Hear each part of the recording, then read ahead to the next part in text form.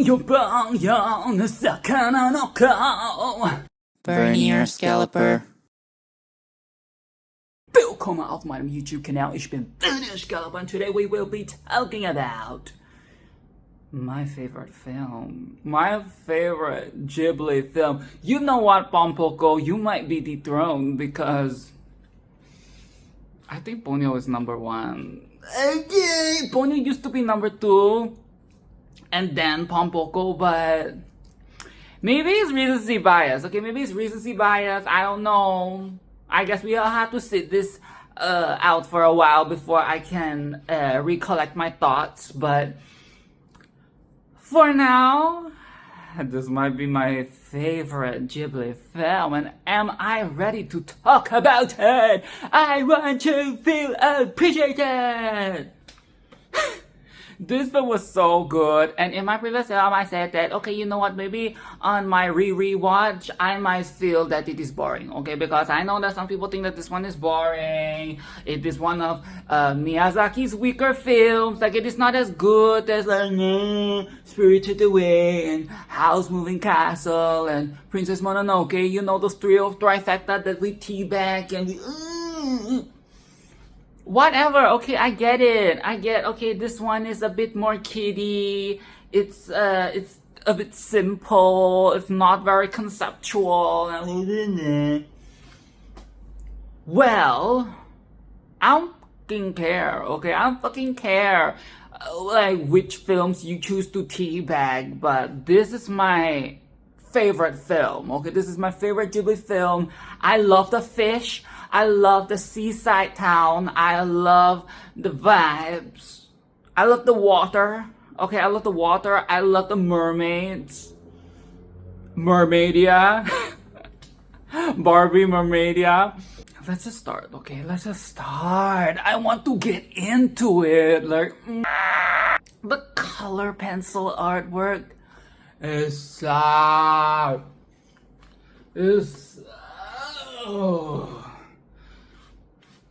Fucking good. Oh my god, it makes me want to pick up the color pencils again. It makes me want to go back to my childhood where all I would do is just like draw and color and the need to color everything. Like even in school when we have worksheets or like workbook, homework, and I would want to color the box, draw inside the box. I'm such an art nerd. I was an art nerd kid. Yeah, I would color pencil and make. And the mechanical pencils changed everything. Okay, and when I started to get my pens and my markers, when I was going at the tiers of the education and start to be open into art, I even use the correction tape as part of the art.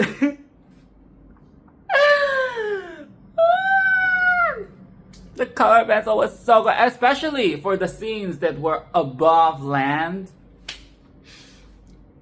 Even the ones that, okay, so the underwater one is a different vibe because the way that they did the shading, okay, with the lights and the water, the bubbles and stuff, oh my god.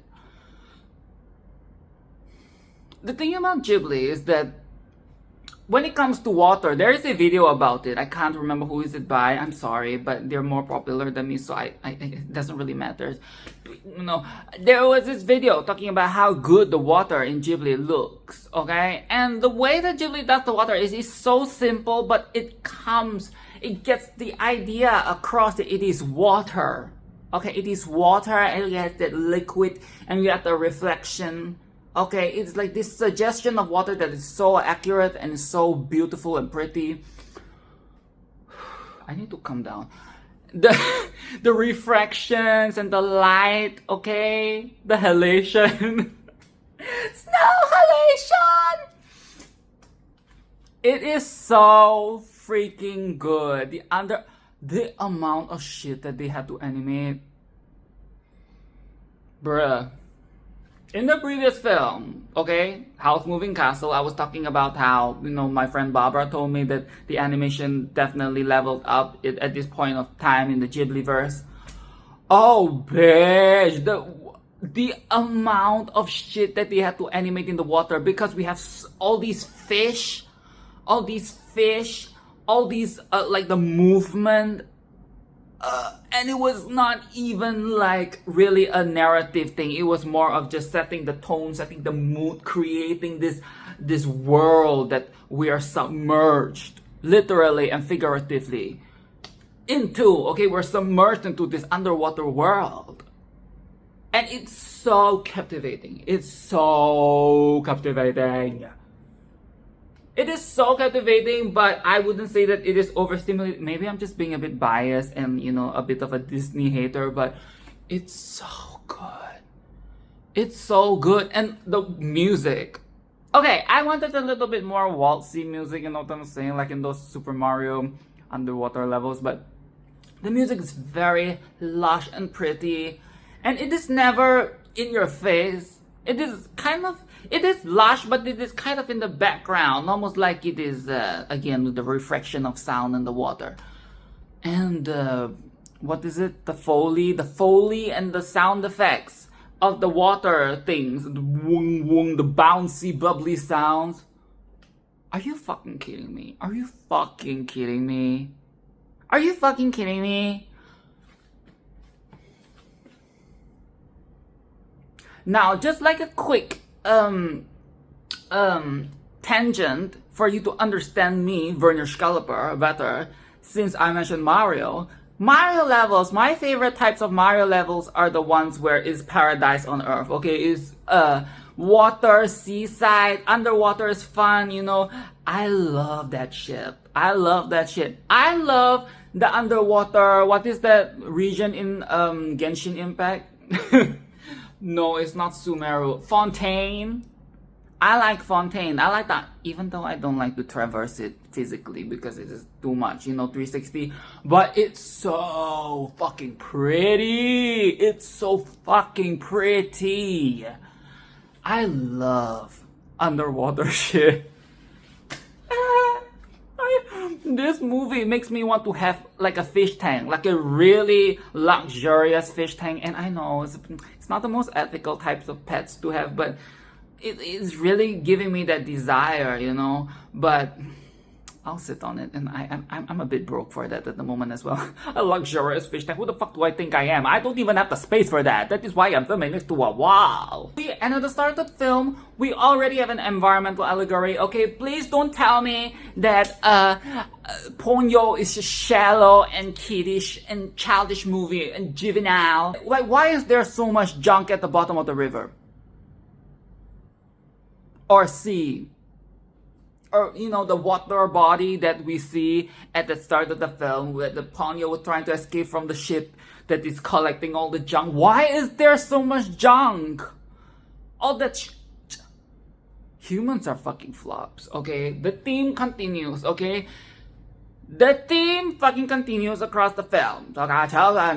Children. Oh, Freudian slip. Humans are fucking flops. We're fucking flops, we're evil, we're stupid. Like, is it really that hard to just throw your trash in a trash bin? Like, even in this fictional world, I know this might not be Japan because, Japan is like allergic to bins and they have to carry their trash around. And they're very clean and stuff, but I guess that is why they're clean, clean because all the trash is down there in the deep. No offense to Japan. I know they're amazing at the cleanliness and stuff. I'm just joking, okay? I'm just joking. So our main character boy Sosuke is getting stupid, okay? It's a bit stupid because this is where all the stupid begins. Let's just put it that way. This is all the stupid begins. He finds Ponyo. Okay, Ponyo's really tiny at the start of the film. She's very tiny. And he calls her a goldfish. I'm sorry, what? Open the schools. Why? That is not a goldfish. Okay, that is not a goldfish. Maybe it's some exclusive Japanese breed of goldfish that I'm unaware of. Okay, maybe that is the case. So I'll give a benefit of the doubt, but at the moment it's giving stupid. Okay, it's like, children are really dumbass. This is why I'll never get kids. Children are fucking stupid. Like, why? Yeah. Okay. And she licked his blood. She licked that. Oh, Sosuke, you are stupid. You're stupid. You know why you're stupid? Because you think that it's just an innocent thing. Like later in the car, he's like, oh, my wound healed because of Ponyo's magic. Ponyo healed me because she sucked the blood. No, Sosuke. This is a blood pact. This is a blood pact. You gave her a piece of your body. Bruh, you stupid. You are stupid. This is where the catastrophe happens. The cranky grandma in the old folks home, the elderly care, she's right. She is onto something. We might not like the vessel that is telling the truth. But the truth remains. The fucking cranky-ass old hag knows what she is saying. You let you suck the blood, you let eat the blood. There is a blood pact. There is a curse. And curse, the catastrophe, okay, will rain down on this fucking town, this fucking island. But we're getting ahead of ourselves, okay? We're getting ahead of ourselves. So we have this girl classmate, Kumiko, who tries to fat shame Ponyo. When like, is she fat? My fish is cuter. My goldfish is cuter. And Ponyo totally hoses her down. Ponyo like spits the water, hoses her down, destroys her stupid dress that her mom got for her or something. And she cries. She's like, loser! Okay, loser. Like, stupid fucking children. It's just water. Like, why is she crying? Oh my god, it's water. It's not like spaghetti sauce or shit, you know, a literal shit poop. It's just water. What the fuck? You live next to the ocean. And your dress is blue. The fuck are you crying over some spilled water? I'm getting very angry for no real reason. That this Kumiko girl. And she runs off and we never see her again because she died. She did not. Okay, she did not. I'm sorry. She did not. That is a bit too far, okay? The violence on children. That is a bit too far, okay? But we never see her ever again. Not that I remember, okay? Okay, so Granny that I mentioned earlier, you know, Cranky Granny, she must have some PTSD, okay? Some trauma that has to do with tsunamis. Because when she saw Ponyo, she was like, tsunami! She saw the future. Or rather, she saw the past and the future at the same time. So she was like, bruh, why did you pick this thing up from the ocean, you stupid boy? That is really the moral of the film, if anything. It really is the moral of the film, or one of the morals. Even though this is not a fable, I would like to teach the lesson to myself. I know, I cannot help it. We're getting very ahead of ourselves, but I just want to say it. That is the moral. Don't pick random shit from the ocean, and this is like Japan, or suggest, I guess we can assume that this is Japanese, Asian, you know, situational here. I don't see any European sensibilities here, so I think that this is probably, you know, Japan. And you know Japan's history with the waters, okay, the tsunamis and stuff, so I guess it's a very Japan-coded type island, okay, with the flooding. It is all just foreshadowing. It is just all foreshadowing. And Granny has seen shit. Okay, Granny has seen shit. Again, we might not like the vessel. We might not like the vessel that is making the sound, but the truth remains. Okay, so this is where it gets a bit disturbing. We get to see the villain of the film, creepy guy with the colored hair, who lives in the ocean. Okay, the one that we see earlier, and now we get more information about him because you know Ponyo escaped and catches her back and be like, oh, dude, I had to do my plan to rule the world.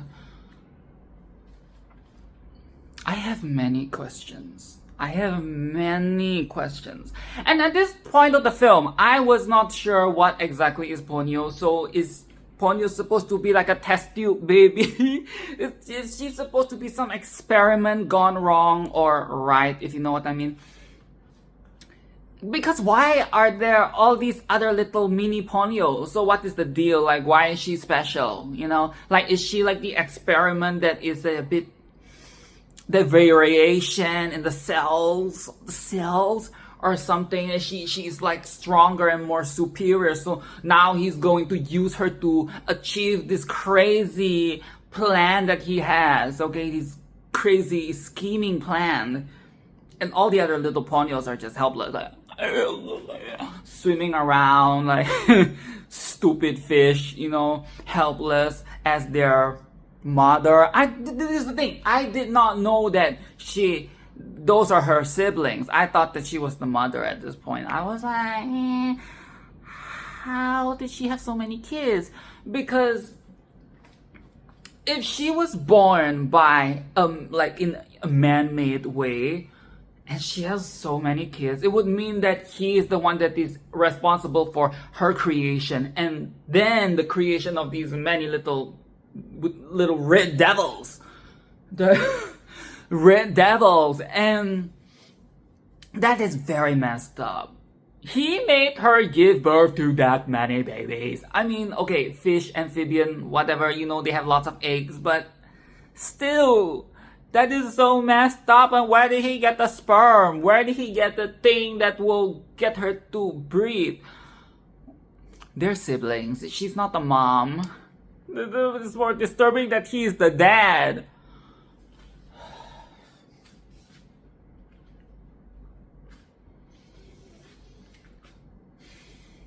Okay, so we have a creepy dad. We have a creepy dad trope here. So the dad and the child, that is a scientific phenomenon, what is the word? Outlier? No, anomaly, a scientific anomaly. And he's trying to make use of her for his own gain. And it is also in this point of time where I'm thinking he has to have fucked the fish, because how is this the child if, okay, even if this is not the child, even if this is the test tube baby, he has to have gotten the sperm or the birth materials from some fish, right? From some aquatic entity to be able to create Ponyo.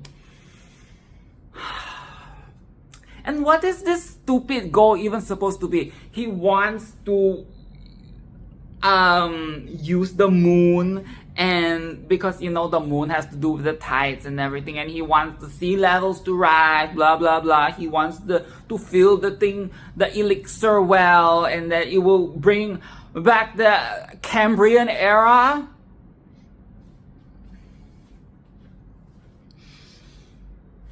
What in the fucking team Aqua is going on here?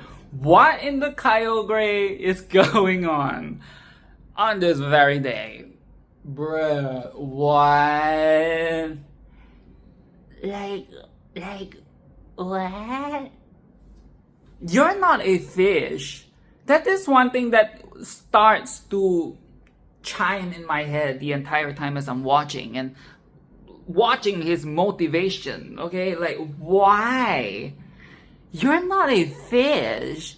He's only able to be underwater because of magic, you know, the air bubble. His house has air, okay? He's a human. Why do you want the world to become a drowned Cambrian era? I don't understand, like, what is this strange? This is like Team Aqua all over again. This is really just Team Aqua. This is Team Aqua, and Ponyo is Kyogre. Ponyo is fucking Kyogre. And the funny thing about the house is that Ponyo wrecks that shit. Ponyo wrecks that shit. How? Because she's starting to become human, okay? Her hands and her, her limbs are starting to grow. She's becoming human. And she wants to be reunited with Sosuke. She goes back on land. She creates the tides and the waves. Well, she overdoes the pot of elixir thing. So it's chaos. It has begun. It actually is happening. The phenomenon, the catastrophe that Cranky Granny was fearing. Oh, it is happening. It is happening in full force. Your sea levels are the waves. The waves that Ponyo has created are fucking monstrous. They are the scariest looking things. Okay, it's a bit goofy, okay? I know some science kid out there, okay? Or what do you call those people who study planets and the Earth and the Earth's gravitational force and water and tides. Okay, people who study that, they probably might roll their eyes and be like, this is so fantastical. Get the fuck out, okay? This is a fantasy film. This is a Ghibli film. This is not science. This is not the Animal Planet. This is not National Geography. This is not whatever, this is none of that, okay? But I know some of you would roll your eyes at it. I think it's really scary. I had a dream once where I was on this shore in this building with people, and there was a 100-meter tall wave that was coming our way. I was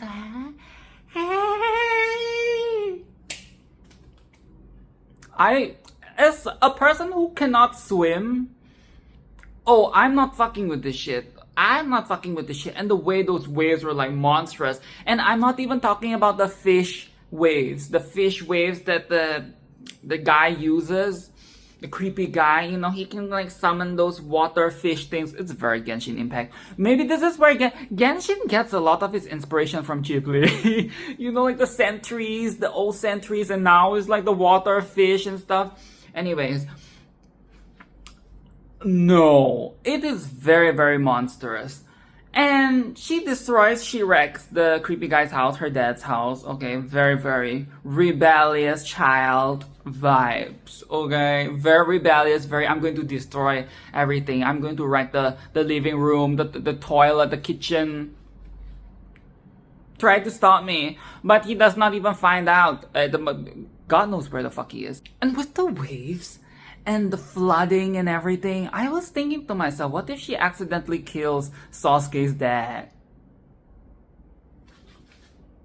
What if she kills Sosuke's dad by accident and she does not even realize the damage that she has created because she doesn't know her own strength? It's one of those situations, right, where the gifted child does not know their power as they're wrecking the world around them. What if she kills Sasuke's dad?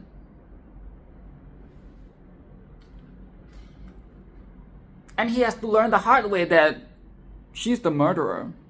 She's the murderer of his father. And he has to grapple with the truth. He has to be like, but I love her, but that is my dad that she killed. That is a drama that I would watch. That is the adult version of Ponyo. That is the adult dark fantasy version of Ponyo that I wanna watch. But that is not the case, okay? That is not the case. And Lisa is fucking crazy. I know that the idea of Lisa, the concept of her character, I think that she's actually one of the best Ghibli characters, okay? Because in the previous film, I said that I think the Ghibli voice acting isn't really good. It's always kind of mid, okay? Feel free to disagree, but I feel like that is the one weak spot of the Ghibli films in general, okay? They always have good art, they always have good music, and the stories are strong. But the voice acting,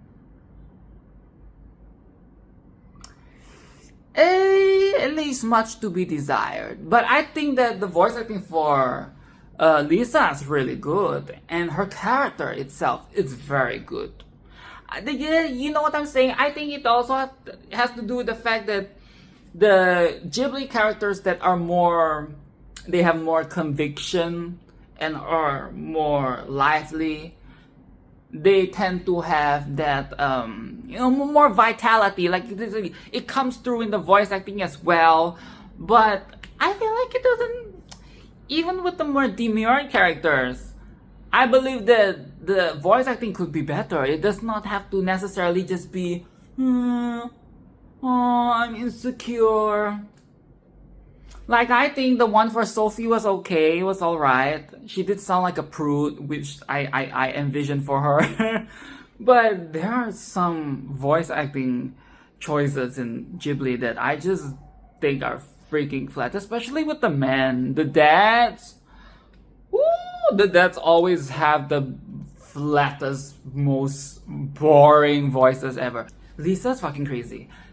The fact that she wanted to drive across that flooding bridge back up the hill is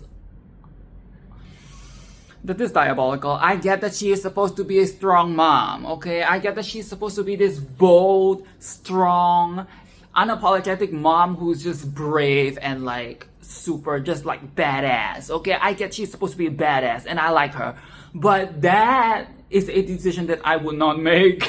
Crossing the flooding bridge. I just said, I'm not fucking with the ocean. Do you see how crazy those waves look in the background? And there is one rushing towards the...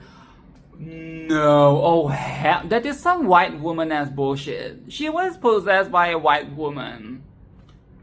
I'm buying, yeah, that was some white woman ass bullshit. That's some Caucasian ass bullshit. You know, like, I'm going to go down to the bottom of the ocean. I'm going to go into the underwater cave and nobody is going to stop me.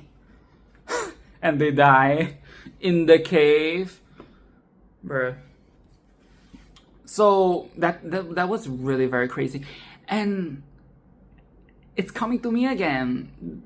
The lesson, the idea of the story is Ponyo is a fucking Jinx.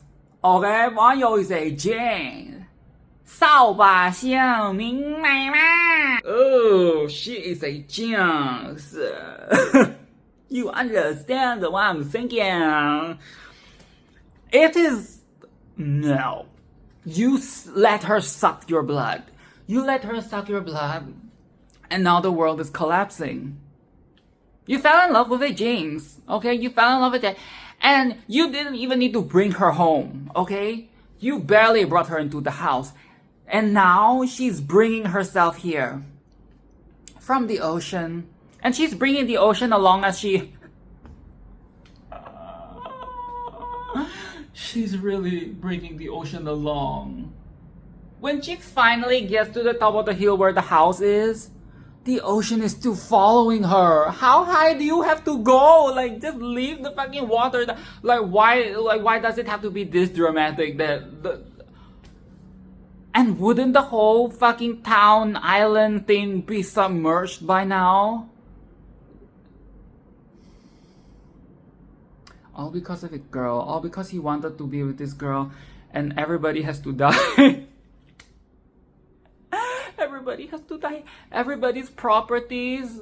Everybody's farm. I don't know if they have... they probably have farms. They're on the fucking island. Farms. Their pets. Their cars. Their things. Their loved ones. Their... Oh God. All because Sosuke's fucking child wants to, play boyfriend, girlfriend with a fish. Well, technically it's not really her fault, okay? It's her dad's fault. He left the fucking well unattended. It was just open and it's dangerous. It's biohazardous. It's his fault, okay? It's not her fault. It's her dad and his stupid ambitious project with the whole Cambrian era as bullshit. The Cambrian era thingamajig. Okay. So when Ponyo gets up to the hill, and she meets Sosuke, and this reunion, and it's cute. Oh, that one shot where they were embracing and Lisa is in the car mirror. Oh, that was such a good shot. That was such a good shot. That was so cute. And as they were inside the house, and it is still stormy because, you know, the waves, and it's night, the moon is out. They're inside the house, in the safety of the house, and they're making tea. They're eating good. Yo, this is like the coziest film. This is the coziest Ghibli film. And the unintentional ASMR moments. Stop. You're hitting me. You're hitting me in all my G spots. All my erogenous zones. You're just attacking me. Like, you know, the tiny mini, I almost said mini Oreos. The tiny mini Ponyos just squirreling around, causing trouble. That is what it feels like. These tiny little guppies, tiny little fish, nori is seaweed. These tiny little fish they're chewing on my erogenous zones. But you know what I'm saying? Like the ASMR, the coziness, the underwater, the cute characters, and the very cartoonish villain in this. It is just, oh my god, it is. I'm transcending.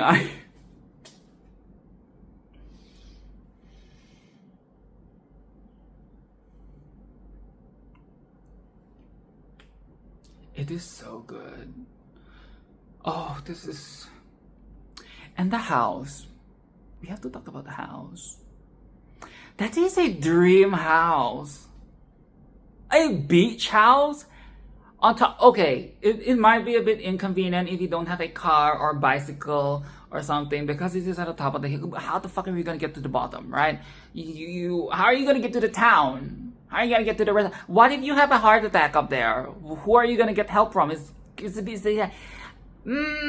not the most practical, okay? I like a seaside town, but at the top of the hill, it's a bit crazy. It's a bit too fantastical, if you know what I mean. But this is a dream house. That is so... Oh, the tranquility. The tranquility. The ions. The ions. Oh shit. And I'm somebody who has to sleep with white noise. I can't sleep in total silence. That is very maddening for me, okay? The sound of your blood vessels and my crazy thoughts fighting. Oh, hell no. But the sound of the ocean.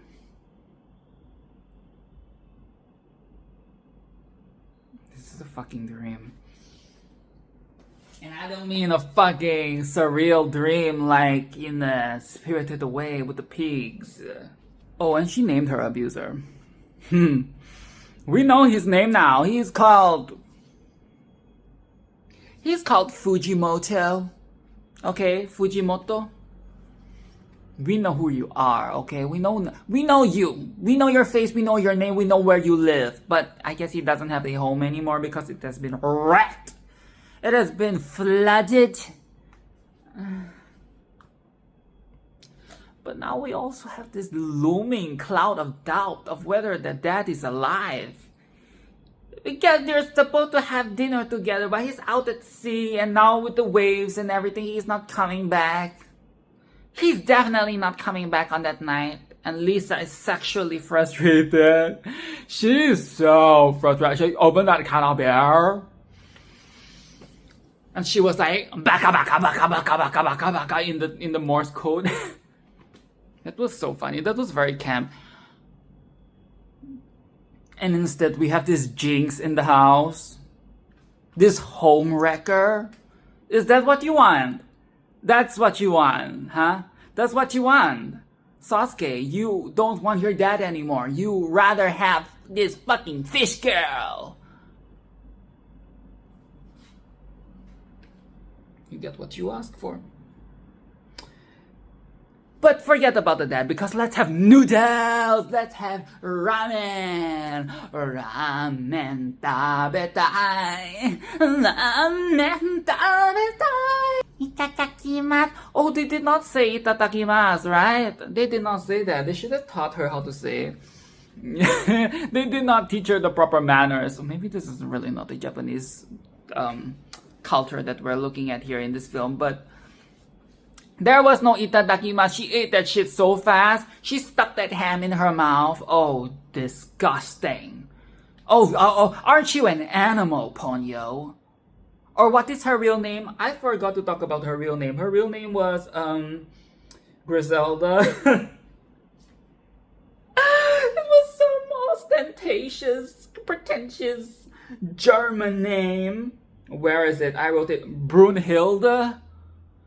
The fuck? Like, Brunhilde? Why does that make me think of like a Bonehilde? Brunhilde, really? Oh my god, he is so insufferable. And his name is Fujimoto. Why did you call her Brunhilde like you're a German? I say that as I call myself Vernier Scaliper. I want to fucking talk, but that is so stupid. Ain't nobody fucking calling her Brunhilde. Stop! He is so annoying. Like, he is so dumb, goofy, and unserious. Brunhilde and the Cambrian fucking era. Please be fucking for real. Okay, please be fucking for real. Okay, and how the fuck did Fujimoto even get himself such a baddie as a wife? Yo, the Mermaid Goddess that is her wife and the mother of his 100 kids.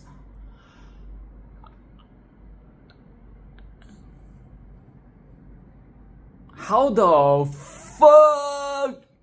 Yo, what the fuck?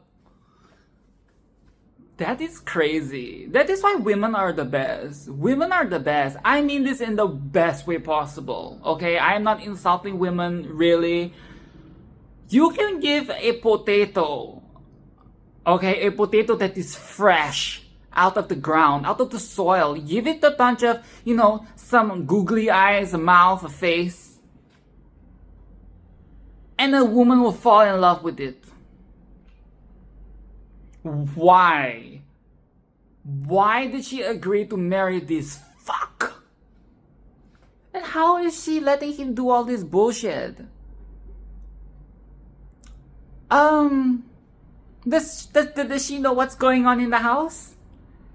Maybe she's toxic as well. Oh god, this film is about toxic relationships. Because what is happening here? Ponyo and the human, she's just repeating her mother's mistakes. She's just repeating her mother's mistakes. This toxic ass human man child that she's married to, and now look what's happening. Your daughter wants to be the human as well. Oh god, the generational trauma continues. Yo, this is crazy. This is crazy. And how did they do the how did they do the thing? Well, I mean, she did shrink herself at one point, so I guess technically she can change her form to suit her needs, because she's a magical being, kind of like how Ponyo's able to change forms and stuff. How is his tiny teaspoon of cum able to create all these fucking little Ponyos? That is crazy. I cannot stop thinking about it. That tiny teaspoon of cum. That tiny teaspoon of cum. Can he even get hard underwater? With the pressure and everything. How does he get an erection down there? Is it possible? I don't know science, okay? I'm not a science nerd, okay? I don't know the physics of erections underwater, but how teaspoon of cum, millions of fishes, or fish. Sorry, English. And the Mermaid Goddess herself looks like she got a lot of Botox in the face because the entire time while she's talking was... I mean, maybe it's because they want it to be like a very typical goddess figure where the mouth doesn't really move because the voice comes from within. It is like a resonant tone that isn't actually human, so she does not actually have to move her mouth to talk. Okay, like I can give it, but it's very Botox, okay? It's very, it's very Botox face coded. And like I mentioned earlier, the island must be flooded. Must be flooded by now. Okay? It must be flooded as shit. Because what do you mean the water is all the way up to the fucking hill? Previously, it was coming up, but now it is all the way out, such that when you exit from the house, you immediately dive into the blue.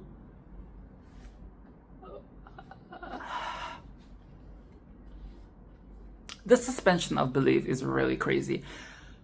It is cool, okay? It is cool. Don't get me wrong. It is very beautiful. It is cute to see the underwater. It's nice to see the urban landscape underwater with fish swimming by. It's very, very magical. Very, very fantasy. But at the same time, people are dead, okay? People are dead because of this fantasy bullshit. Because somebody decided to let a fish suck on their blood. Because somebody wants to be with a fish girl.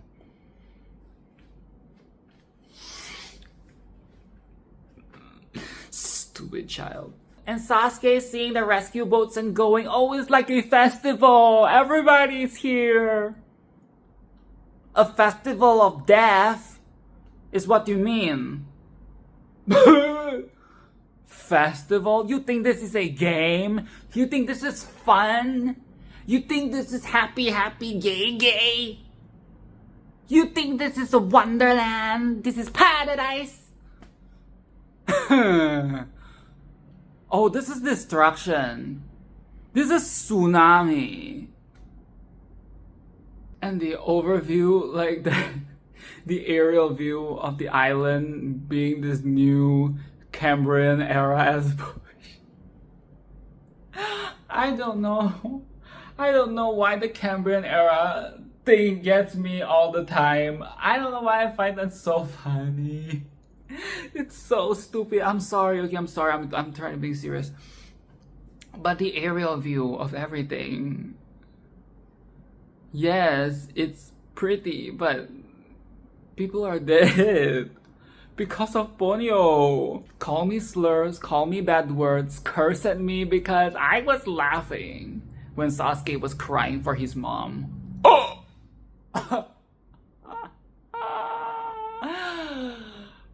That is what you did. You got what you asked for. First your dad is gone, now your mom is gone too. You wanted to be with the girl. You wanted to be with the fantasy, the magical, whimsical girl from the ocean. And look what you did. Look what you did. Look what you did. You want the ocean so bad? You want the ocean so bad. Now the ocean is coming to you. And the ocean is taking everything you love away from you. Because you wanted this one thing so bad. Okay? I was really evil. Like when he was searching the car, I was yelling at the screen, she's obviously not inside there. I'm sorry, but it was really stupid. Like it's so clear that there is nothing in the car but junk and you know, faff that she had. Okay, because she carry around shit in the car. She's clearly not inside. Why does he have to shout and look in? Mom. I'm evil. I'm going to hell. So the elderly care is still underwater, right? Because it is protected by this air bubble. So they're all safe. Because Fujimoto has his ulterior motive. He's trying to catch his daughter. But mom, okay, mermaid mom is talking to human mom about the, like, what in the child marriage is happening? So what is the thing? Ponyo is going to become a human. They're trying to discuss Ponyo's future. Like, okay, so she wants to become a human, but for that to happen, she will have to lose her powers and blah, blah, blah, blah. And the water, everything will go back to normal. Okay, I guess that is the plan, but so Lisa is going to have to take care of an additional child. Well, dad better be making a lot of money because an additional child is crazy, okay? An additional child is crazy.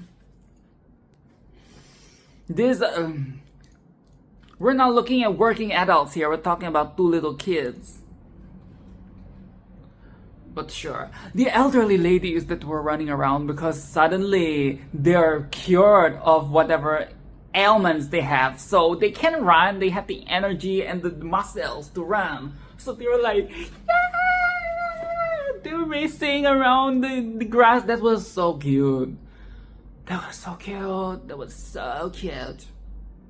Elderly people are really like children because they can be fucking diabolical, they can be fucking gross and annoying, and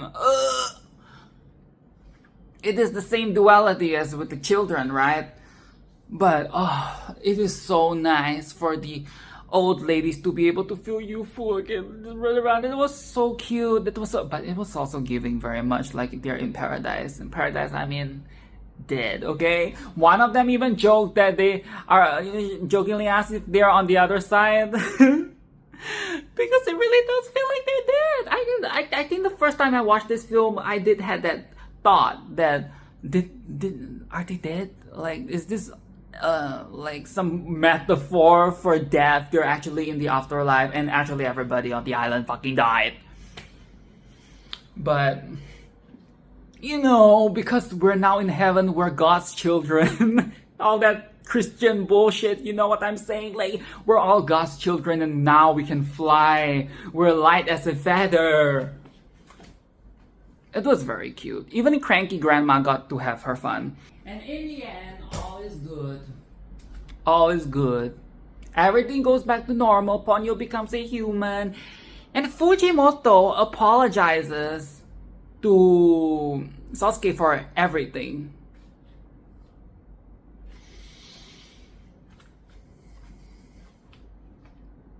He should apologize to the entire town. Okay? To every last inhabitant of the island, because what the fuck? What the fuck?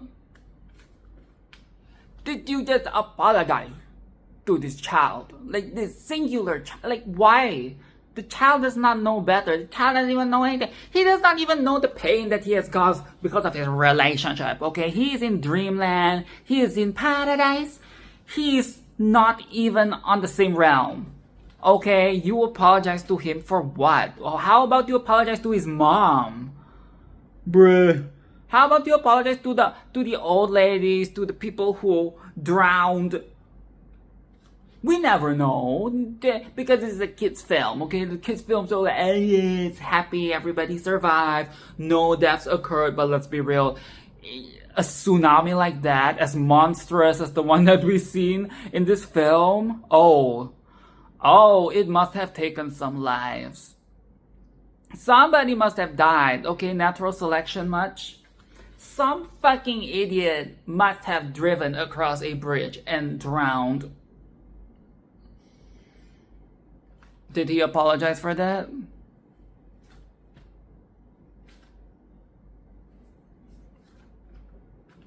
That was stupid. All because of his all because of his Cambrian era. All because of his Cambrian era as why does he want the world to become water? Why does he want to submerge though? You are not a fish. You're not a fish. And Ponyo is not your Kyogre. What is wrong with you? Is he going to become a mermaid if he brings back this Cambrian era. Is that the plan as well? Did I miss an important bit of the plan? Like some important detail that I tuned out in my head because he's an annoying man? You're not a fish. This is appropriating fish culture, if anything, because you're living underwater. You're trying to feed off the benefits of the underwater lifestyle just because you fucked the mermaid. But you don't even have the ability to breathe. Okay, you can create as many bubbles as you want. You can create as many fuck bubbles as you want, but you will never be a fish. You will never be fish. You will never have fins. If you want to do anything, how about you try experimenting on turning yourself into a fish? You know, Ponyo wants to be a human. How about you become a fish so that you can be with your wife in the flesh, in the depths, fucking and sucking. And you can make more Ponyos. And the thing about the Ponyos is that, what is losing one child if you have a million?